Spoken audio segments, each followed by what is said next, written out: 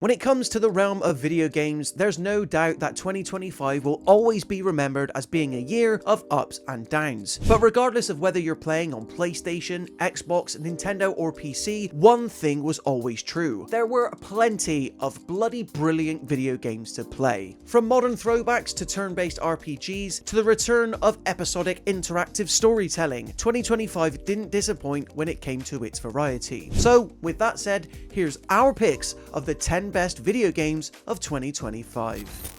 2025's biggest breakout and easily most talked about hit didn't come from a major publisher or first-party studio. It came from a relatively small, independent French developer that set out to make its own modern tribute to the golden era of turn-based RPGs. Little did Sandfall Interactive know that by making Clair Obscur Expedition 33, it would probably also be kickstarting a new one. Packed full of style, heart, and featuring one of the slickest battle systems ever seen in an RPG in recent years, Clair Obscur weaves an emotional tale set in a painterly world that won't ever fail to hook you. Tomorrow comes, as its party of heroes routinely say, and we can't wait to see what's next. Just when you think Nintendo's colourful genre starter would once again return to claim the karting crown with Mario Kart World, in comes Sega's Blue Blur to present a true challenge. Doing away with gimmicky team features and slippery controls for the Hedgehog's latest on-track outing, Sonic Racing Cross Worlds has you zooming through countless colourful courses in a racer that might mostly stick to the script but still never fails to have fun or be creative in the process. Every second lap being a mystery makes every Grand Prix an unpredictable one, and the ingenious rival system does incredibly well to make every player up their competitive nature. Sonic Racing Cross Worlds is one not to be missed. Whether or not Silksong ended up being worth the 8-year wait it took for Team Cherry to make it will forever be up for debate. What certainly isn't, however, is the sheer quality of the spiderweb-like world it presents and just how fun and challenging it is to battle through it. Although definitely a lick harder than the haunting original, any player's hard work beating each boss or annoying insect underling is ultimately made worth it to discover what secrets the new setting of Farloom will reveal next. At a time when more indie Metroidvania games are being released than ever, Silksong still stands tall as one of the genre's best. Of all the genres you could blend with the progression of a roguelite, a beat-em-up didn't seem the best fit. Trust an impeccably well-designed and balanced game like Absalom to come along then and prove me completely wrong. After all, one of the drawbacks of a conventional brawler is that due to its arcade-era origins, most tend to be quite short. Absalom is a fantasy interpretation that remedies this through the inclusion of multiple routes through its gorgeous world, various bosses to take on, and a generous number of ways to customize its 4 playable heroes. The result is one of the best beat-em-ups to come out of 2025 when played either alone or with friends.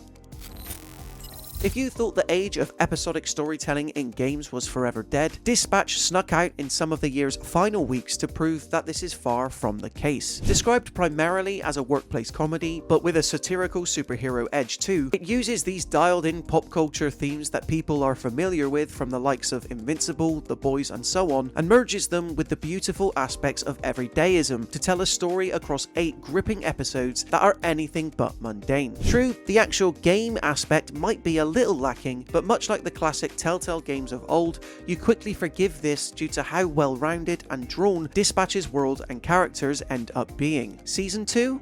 We certainly hope so. Very much the style of game longtime Assassin's Creed fans had been asking Ubisoft to make for at least a decade, the franchise's interpretation of feudal Japan didn't disappoint. Sure, it'd be easy to look at Shadows through a cynical lens and categorize it as just another open world box ticker, but is it not more impressive that Assassin's Creed gave us the sweeping adventure most of us sought and actually did it pretty well? Better yet, the inclusion of Naue and Yasuke gives players the freedom to approach this quest for freedom and revenge as either a ninja or a samurai, providing a generous way to explore this impeccably presented period via stealth or brawn. What do you mean stick to the shadows? This is a smartly made entry that does anything but. Bringing back a much beloved series is always a tough challenge, but it's one that developer The Game Kitchen more than delivered on with Ninja Gaiden Ragebound. A pixelated 2D throwback to the original NES era of action platformers, as well as Koei Tecmo's franchise as a whole, Ragebound mixes these familiar staples with plenty of modern sensibilities to make for a fun and challenging ride. Core to it all is the ingenious guillotine boost maneuver, which allows new hero Kenji to bounce off enemies and projectiles to help maintain a solid level of momentum. This, combined with unique weapon power-ups and a refreshing character swapping gameplay system, renders Ragebound more than a throwback, but an evolution of the heights 16-bit platformers can still reach when handled correctly today.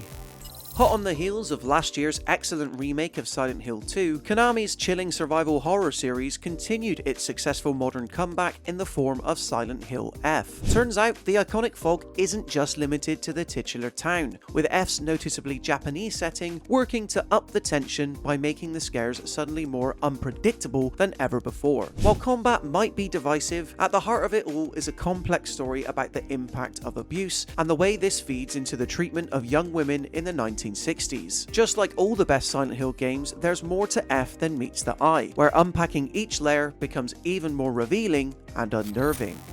Trust Double Fine to find a way to make even the most madcap of concepts also one of the most poignant and effective games of 2025. On the surface, Keeper is simply a game where you play as an anthropomorphic lighthouse helping to guide its bird companion home. What you quickly discover though is that Keeper is so much more than what it seems, warping and blending gameplay mechanics and ideas together into a jamboree of invention and creativity. Sprinkled on top is a wildly beautiful, impressionistic art style that makes this initially humble adventure even more memorable. Keeper is by far the best game that Xbox published in 2025. So much more than the Fallout but in Britain pastiche many of us, perhaps unfairly, assumed it would be, Atomfall squeezes a lot of juice out of its wonderfully twee portrayal of an apocalyptic Lake District by layering in gripping non-linear mysteries. It's one where you're able to approach it in multiple ways with as much or as little guidance as you'd like, and as a result, Atomfall manages to stand apart from its open world peers, tickling your curiosity and testing your knowledge while simultaneously proving that AAA games of this ilk don't always need to hold you by the hand so much. It's another win for developer rebellion and hopefully the start of something special. So there you have it guys, in terms of our picks of the 10 best video games of the year. How many of them have you played and how many do you plan on playing? Be sure to let us know in the comment section below. Then when you've done that, why not leave this video a like if you enjoyed it and consider subscribing to the All Out Gaming YouTube channel to stay up to date with even more videos like this. Until next time, thank you so much for watching and we'll see you in the next one.